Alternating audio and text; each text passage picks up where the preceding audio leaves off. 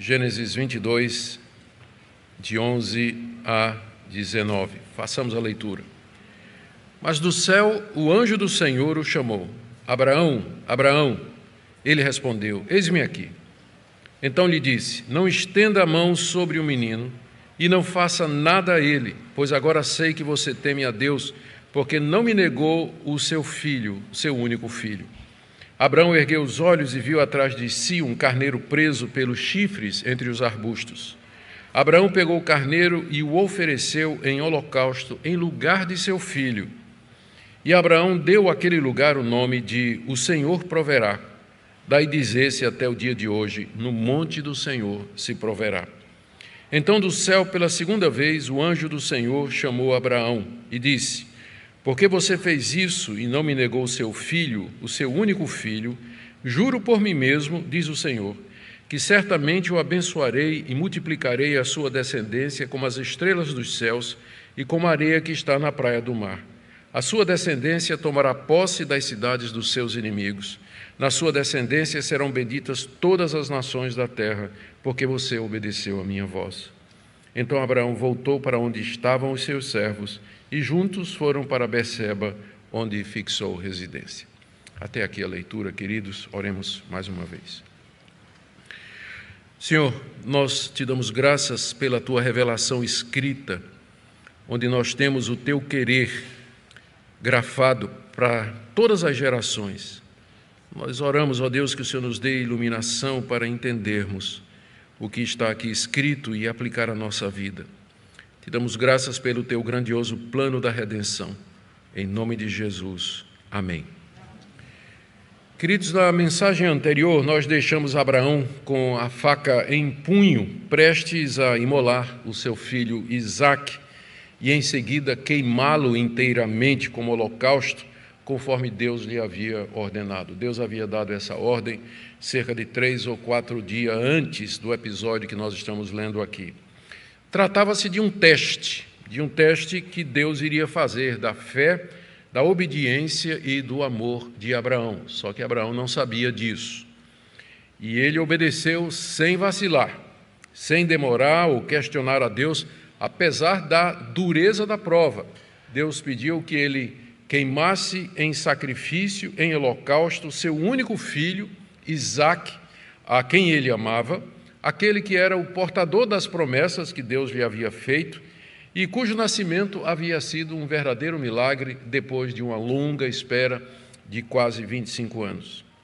Após tomar todas as providências necessárias para fazer o holocausto no local que Deus lhe havia mostrado, Abraão caminha com seu filho e mais 2 servos até o Monte Moriá, que é o local indicado por Deus.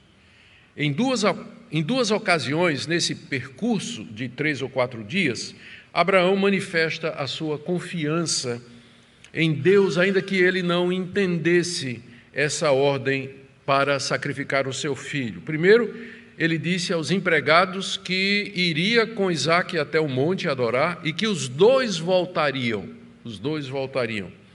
E segundo, quando estavam subindo o monte, ele disse a Isaque, respondendo à pergunta do seu filho, que Deus haveria de prover o cordeiro necessário para o sacrifício. Em ambas as ocasiões, o patriarca demonstra confiança em Deus. Ele não sabe como Deus vai resolver o problema, porque aqui está o herdeiro das promessas e um Isaque morto não vai servir para os propósitos de Deus. Por um lado está aqui o filho da promessa, por outro, a ordem de Deus para que, por sua própria mão, o menino fosse morto. Como conciliar isso? Abraão não sabia a resposta, mas ele sabia que Deus haveria de dar uma solução, Deus haveria de prover. Ele demonstra essa confiança durante esse período de teste. E essa confiança que ele tem se traduz finalmente na sua determinação de ir até o fim, naquilo que Deus havia determinado. No alto do monte, ele prepara o altar, geralmente um altar de pedras, ele prepara a lenha, arruma a lenha, ele amarra Isaque, coloca Isaque sobre o altar, estende a mão, toma a faca e se prepara para desferir o golpe fatal no seu próprio filho. É nesse momento, e somente nesse momento, que Deus intervém. E é isso que nós veremos hoje, como Deus impediu Abraão de sacrificar o seu filho e como Deus aprovou a atitude de Abraão, a sua atitude de obediência e renovou todas as promessas que havia feito a ele. Então, em primeiro lugar, Deus impede Abraão de sacrificar Isaque, aí do verso 11 até o verso 12. Naquele instante em que Abraão ia desferir o golpe em Isaque, Deus o chama duas vezes do céu. E nos diz aí o texto que ele se manifesta como o anjo do Senhor. Mas do céu, o anjo do Senhor o chamou: Abraão, Abraão, e ele respondeu: eis-me aqui. O anjo do Senhor, nós já vimos, ou é um anjo que fala da parte de Deus, ou melhor, é o próprio Senhor que se manifesta na forma de um anjo ou na forma humana. Deus já havia aparecido assim a Abraão pouco antes de destruir Sodoma e Gomorra, e apareceu assim duas vezes a Agar, a serva egípcia. E agora do céu, o anjo do Senhor faz ouvir a sua voz a Abraão, naquele momento decisivo em que o patriarca se prepara para imolar o seu filho. E esse duplo chamado, Abraão, Abraão, denota duas coisas. Primeiro, urgência. Deus interrompe com urgência, não é só uma vez, Abraão, é duas, não é? Abraão, Abraão, como que para impedir, e é isso, em segundo lugar, né, o propósito, né, impedir que o patriarca continuasse naquele ato, porque conforme nós vimos, o ritual seria primeiro sangrar o filho, era assim que se fazia com os animais, e depois que o sangue todo tivesse escorrido, queimá-lo inteiramente, daí o nome holocausto, e o duplo chamado urgente para que ele parasse exatamente naquele momento. E Abraão responde com a prontidão de sempre, o coração, ao ouvir a voz do anjo, quem sabe, renovado agora de esperança, de alegria: eis-me aqui, diz Abraão, antecipando o que vai ser dito em seguida. E Deus então o proíbe de continuar, no verso 12, dizendo: não estenda a mão sobre o menino e não faça nada a ele. Não estenda a mão sobre ele para feri-lo, não toque nele para machucá-lo. E é aqui então que Abraão entende que havia sido um teste, porque ele teria continuado e sacrificado seu filho se Deus não tivesse interrompido. A resolução de Abraão era tão firme que dois autores do Novo Testamento, ao se referir a esse episódio, dizem que ele de fato sacrificou. Por exemplo, Hebreus 11, verso 17, pela fé, Abraão, quando posto à prova, ofereceu Isaque.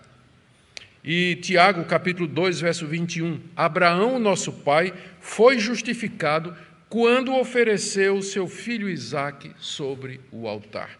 Da perspectiva de Deus, o sacrifício foi consumado por conta da intenção de Abraão. Ele iria até o fim se Deus não tivesse poupado. Então, diante de Deus, ele realmente ofereceu o seu filho no altar. Ele entregou seu filho querido a quem ele tanto amava.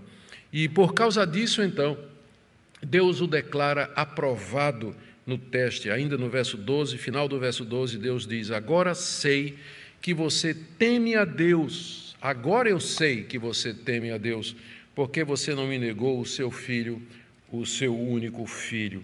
A obediência de Abraão revelava realmente que ele temia Deus. E temer a Deus aqui não é ter medo de Deus, mas amá-lo, respeitá-lo, a ponto de obedecer tudo o que ele mandar. É uma santa reverência diante do Criador de todas as coisas. É um amor piedoso, temente a Deus. A evidência de que Abraão cria realmente em Deus e que o temia com amor reverente e obediente é que ele não negou nem mesmo seu filho, seu único filho, quando Deus o pediu em holocausto. Deus já sabia, queridos, que Abraão tinha fé, que Abraão era obediente e que Abraão o temia. O teste não era para Deus ver alguma coisa.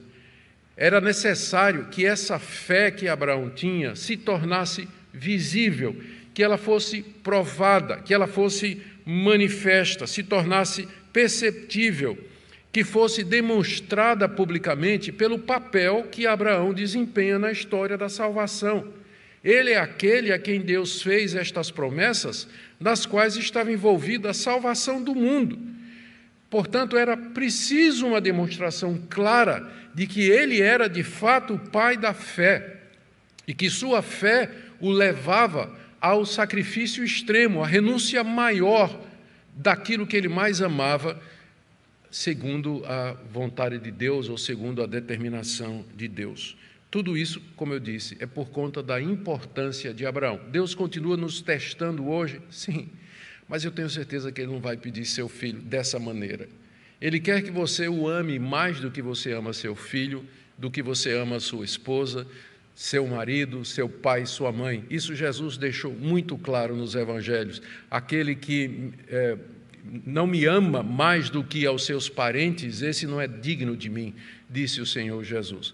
Certamente Ele não vai pedir esse tipo de coisa que pediu aqui, mas em outros sentidos e em diversos aspectos distintos, Deus continua a provar-nos. Ele quer que a fé que nós professamos aos domingos se manifeste de segunda a sábado, no dia a dia, no seu trabalho, na sua escola, no seu namoro, no seu casamento, nos seus negócios, nos seus relacionamentos.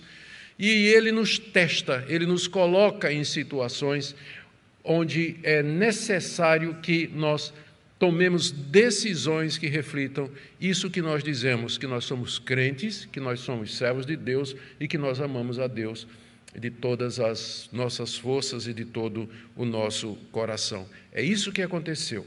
A fé de Abraão precisava ser expressa em atos, em obras, em decisões, em atitudes, e é exatamente isso que Deus obteve, é isso que Ele arranca agora do coração de Abraão. O teste termina, Abraão é aprovado. E em seguida Deus provê o cordeiro para o holocausto, versos 13 e 14. Diz aí o verso 13 que Abraão ergueu os olhos e viu atrás de si um carneiro preso pelos chifres entre os arbustos. Ele olha em volta, depois que o anjo manda que ele pare, uma vez que Deus diz que agora sabe que Abraão de fato teme a ele e que está pronto a obedecê-lo. Ele olha em volta e vê ali um carneiro preso nos arbustos. A gente não sabe como aquele carneiro foi parar ali, aquela região é uma região bastante inóspita. Tratava-se de um carneiro típico da região, com chifres longos e curvos, e que estava provavelmente em busca de comida e acabou se travando ali numa moita, se enroscando ali numa moita. A gente não sabe se era um carneiro desgarrado do rebanho de alguém, ou se um dos carneiros nativos, selvagens daquela região. Mas o que fica claro do texto,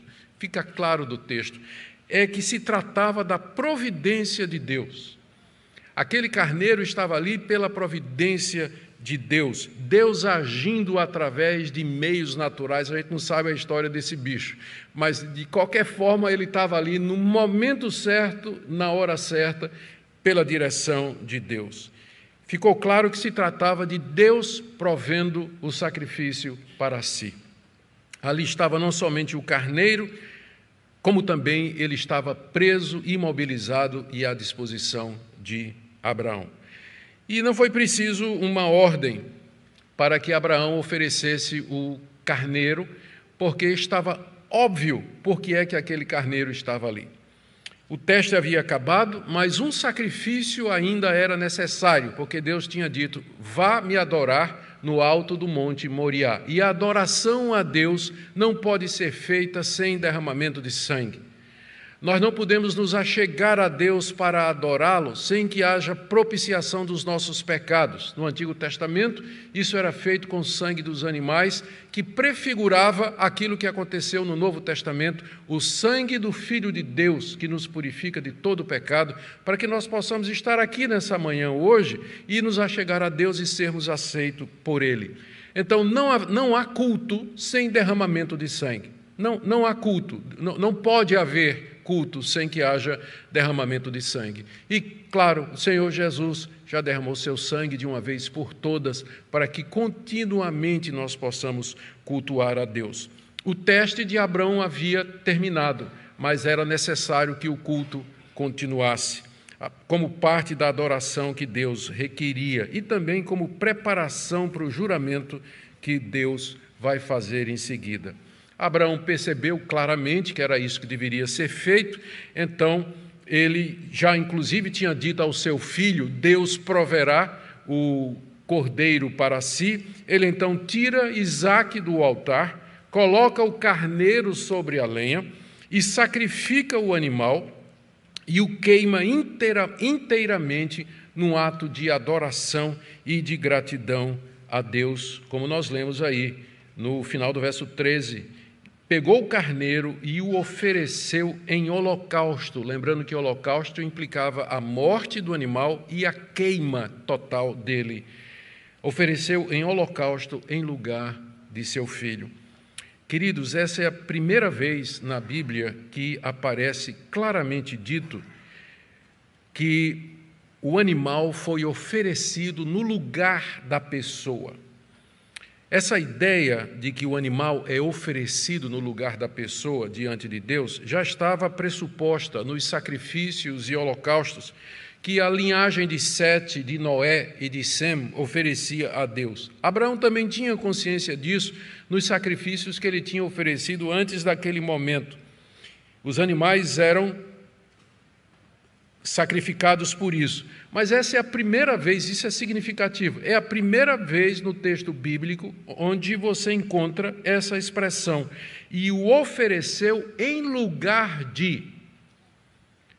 Está explícito aqui pela primeira vez, desde o início da Bíblia, que o animal é oferecido no lugar da pessoa. E esse conceito vai marcar os sacrifícios oferecidos pela nação de Israel a partir daí. Vai marcar os sacrifícios oferecidos pelos descendentes de Abraão. Eles sabem que o animal que eles estão oferecendo no altar é no lugar deles. Eles é que deveriam estar sendo sacrificados e mortos, porque são pecadores, ofenderam a Deus. O salário do pecado é a morte, mas Deus provê um substituto. Em vez do israelita ser morto e queimado, um animal vai ser morto e queimado em lugar de, como essa expressão aqui nos indica. Daí a importância desse capítulo para a história da redenção, porque introduz o caráter expiatório e substitutivo dos sacrifícios feitos em Israel e já aponta para o que tipo de morte Cristo haveria de sofrer. Na cruz, ele estava tomando o nosso lugar, ele morreu em lugar de. E aí você coloca seu nome. Ele tomou o seu lugar, ele foi sacrificado no seu lugar, ele derramou o sangue dele pelo seu, ele morre por você. Então, aqui o evangelho é pregado na sua plenitude, só nessa expressão: tomou o cordeiro e ofereceu em lugar de seu filho. Todo o evangelho está contido aqui. Tudo que é necessário para a nossa salvação está expresso nessa frase aqui. Séculos depois, Deus haveria de prover o cordeiro. E num monte próximo a esse aqui, no monte próximo, no Monte Sião, próximo ao Monte Moriá, ali no alto do Calvário, Cristo seria oferecido em sacrifício em lugar de pecadores, para a remissão de pecados e para a vida eterna. Abraão, então, depois de sacrificar o carneiro em lugar de seu filho, ele nomeia o lugar, o Senhor proverá. Diz aí o verso 14, Abraão deu àquele lugar o nome de o Senhor proverá. Em hebraico, Jeová Jireh. É uma alusão ao carneiro que Deus proveu em lugar do seu filho e uma recordação de que Deus é poderoso para guardar as suas promessas.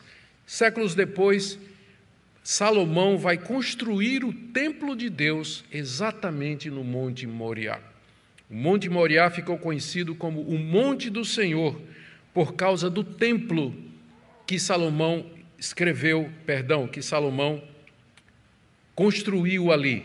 Eu falei escreveu porque essa referência que vem em seguida, daí dizer-se até o dia de hoje, no Monte do Senhor se proverá, isso não pode ter sido escrito por Moisés, porque isso foi escrito quando o templo já tinha sido construído. Então você tem aqui provavelmente a mão do editor de todo o livro, dos 5 livros de Moisés, porque a gente sabe que Moisés é o autor do Pentateuco, dos 5 livros, mas a forma como o Pentateuco nos chega passou por algumas revisões, atualizações, como, por exemplo, esse dito aqui, que não pode ter sido Moisés que escreveu, porque na época de Moisés o templo não tinha sido construído. Então, alguém na época de Davi, não de Davi, mas de Salomão para frente, né, quando deu a forma final aos 5 livros de Moisés, colocou esse comentário: até o dia de hoje a gente se refere ao monte como sendo o monte do Senhor, dizendo: no monte do Senhor se proverá. Era uma referência ao fato de que ali no templo de Salomão, diariamente, cordeiros eram mortos, e o sangue deles derramado pelos pecados do povo de Israel, pelos pecados dos fiéis, dos que temiam a Deus. No monte do Senhor se provê a salvação. No monte do Senhor, Ele provê a redenção do seu povo. Que figura maravilhosa. Lembrar que o templo foi construído exatamente nesse mesmo monte onde, séculos antes, Abraão ofereceu seu filho como sacrifício. O templo, então, era um monumento à providência de Deus e um memorial de que Ele zela pela redenção e uma lembrança de que a nossa salvação, em última análise, depende de Deus. É Deus quem tomou todas as providências para que o sacrifício completo fosse feito, para que pudéssemos ter perdão e salvação. Nós vamos para a penúltima parte do nosso texto, quando então, diante da obediência de Abraão e da sua disposição, Deus confirma todas as promessas que havia feito a ele, do verso 15 até o verso 18. O verso 15 diz que, novamente, o anjo do Senhor falou com Abraão lá do céu. A primeira vez, em tom de alerta, alarma para Abraão: não faz isso. Mas agora, trazendo promessas preciosas. Deus jura por si mesmo que vai cumprir tudo o que prometeu a Abraão.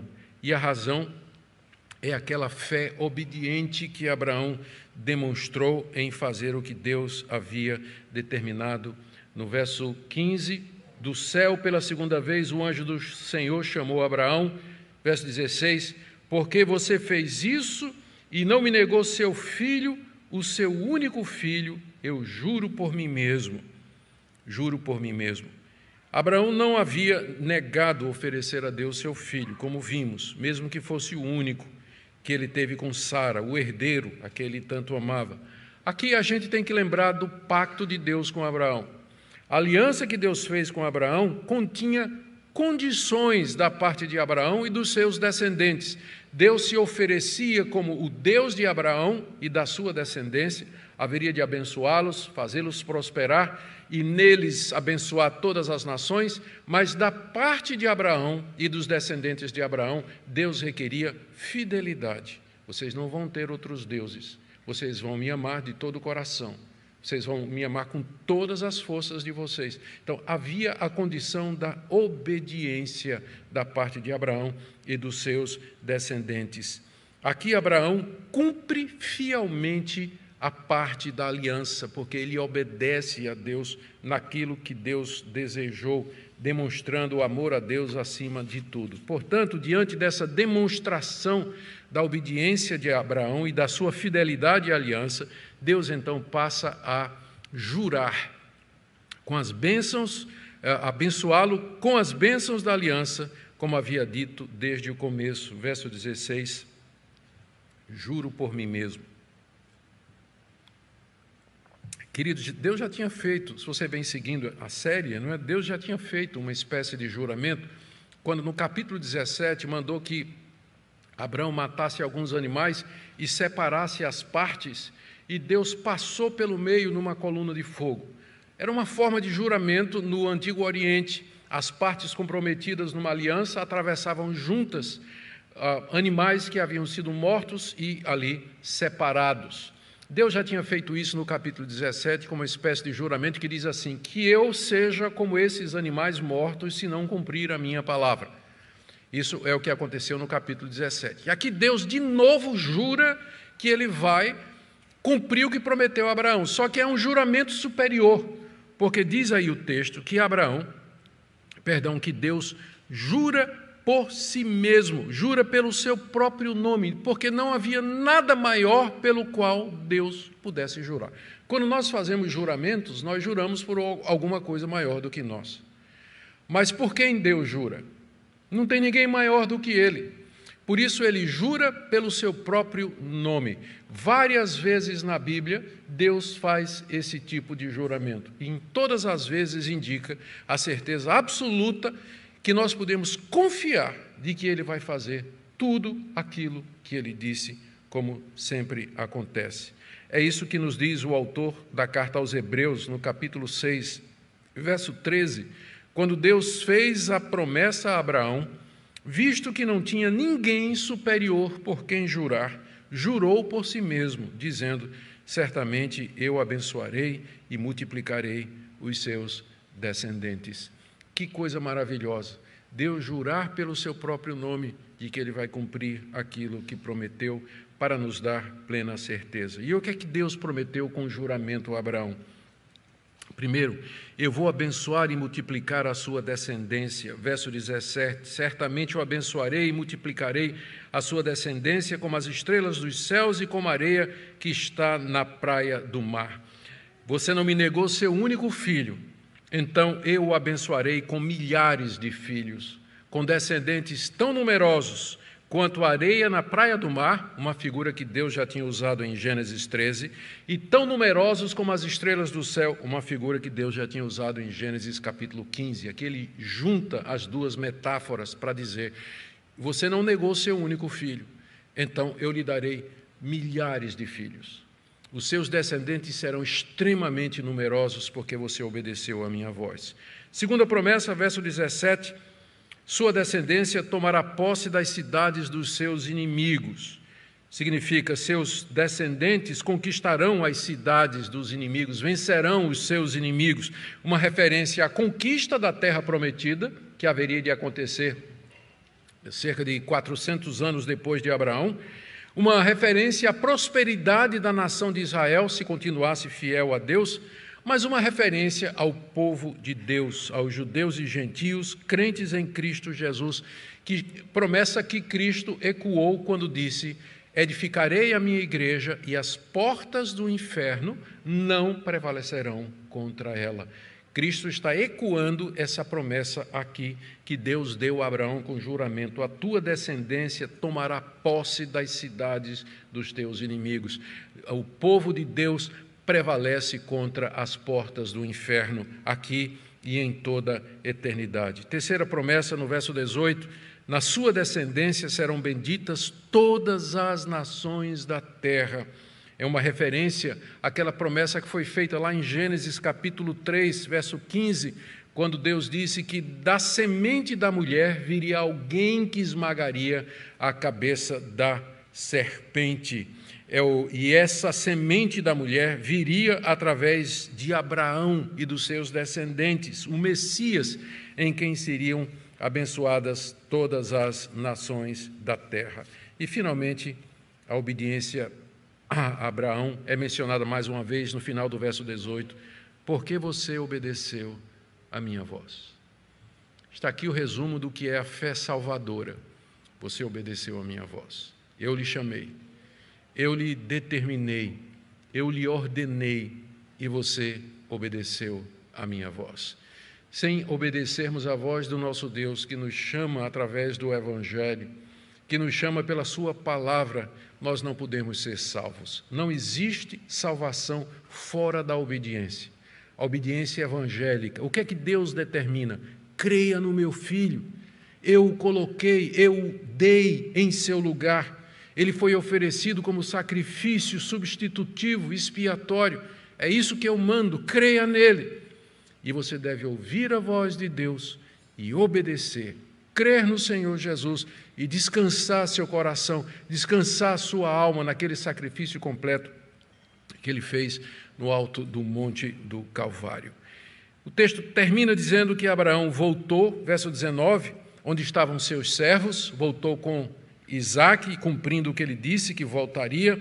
Viajaram 3 ou 4 dias de volta para a sua casa e lá fixou residência em Berseba, aquele local do poço que lhe pertencia por aliança com Abimeleque, e diz aí que ele morou muito tempo. Gente, o que é que Moisés queria ensinar para os israelitas que certamente ouviram essa história impressionados, não é? A história por si só, ela impressiona, ela move, ela é tão rica, ela é tão poderosa, é um dos capítulos mais importantes, não só do livro de Gênesis, mas também de toda a Bíblia. Moisés queria ensinar aos israelitas que Deus é o provedor da salvação. É Deus quem provê o que é necessário para a redenção do seu povo. Não é por obras deles, não é pelo cumprimento da lei que Deus havia dado, não era por merecimento, mas por graça. A salvação é obra de Deus do começo ao fim. Ele providencia tudo o que é necessário para a redenção do seu povo. Segundo, Moisés queria mostrar sem dúvida que a aliança de Deus com Abraão e, portanto, com os israelitas, seus descendentes, exigia obediência completa. Eles eram descendentes de Abraão, eles tinham que ouvir a voz de Deus e não de outros deuses. Eles tinham que seguir o que Deus havia revelado na sua lei, porque a obediência fazia parte do pacto. Também está claro aqui a lição da fidelidade de Deus. Eles eram agora uma nação numerosa, poderosa, e em breve conquistariam as cidades dos seus inimigos. Lembrem que Israel, o povo de Israel, a essa altura, era cerca de 1 milhão de pessoas acampados nas campinas de Moabe. Do outro lado estava a cidade de Jericó. Eles já haveriam de atravessar o rio Jordão e conquistar as cidades dos seus inimigos. A fidelidade de Deus, como Deus cumpriu a promessa feita a Abraão. E eu penso aqui que há uma lição preciosa aqui, que Deus tem mais prazer na obediência do que em sacrifícios e holocaustos. Não é verdade? Esse texto não ensina isso. O que é que agradou mais a Deus? Foi que Abraão ofereceu aquele cordeiro em holocausto, ou que Abraão obedeceu a Deus e estava disposto a ir até o fim? Deus se agrada muito mais da nossa obediência do que de sacrifícios, que foi o que o profeta Samuel disse a Saul, séculos depois, quando Saul pensou que estava agradando a Deus oferecendo sacrifícios, enquanto que no seu coração havia se afastado de Deus. O que Deus quer é o seu coração, a sua obediência, a sua dedicação leal e integral, que Ele tem o primeiro lugar na sua vida. Deus se compraz muito mais na obediência do que numa multidão de carneiros ou qualquer outro sacrifício que nós ofereçamos. Para nós isso traz lições preciosas. Primeiro, Deus já realizou tudo o que era necessário para a nossa salvação. Portanto, venha, creia e descanse na obra completa do Senhor Jesus. Segundo, Deus não negou seu filho, seu único filho, Jesus, a quem amava. João 3,16.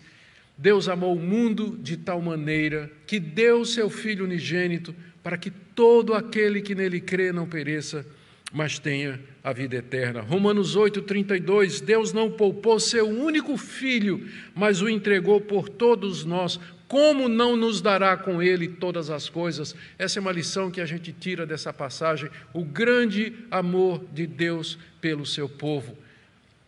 Da mesma forma que Abraão não negou seu filho a Deus, Deus não negou o filho dele a Abraão e aos descendentes de Abraão e a todos nós. Ele entregou o Senhor Jesus em sacrifício por nós.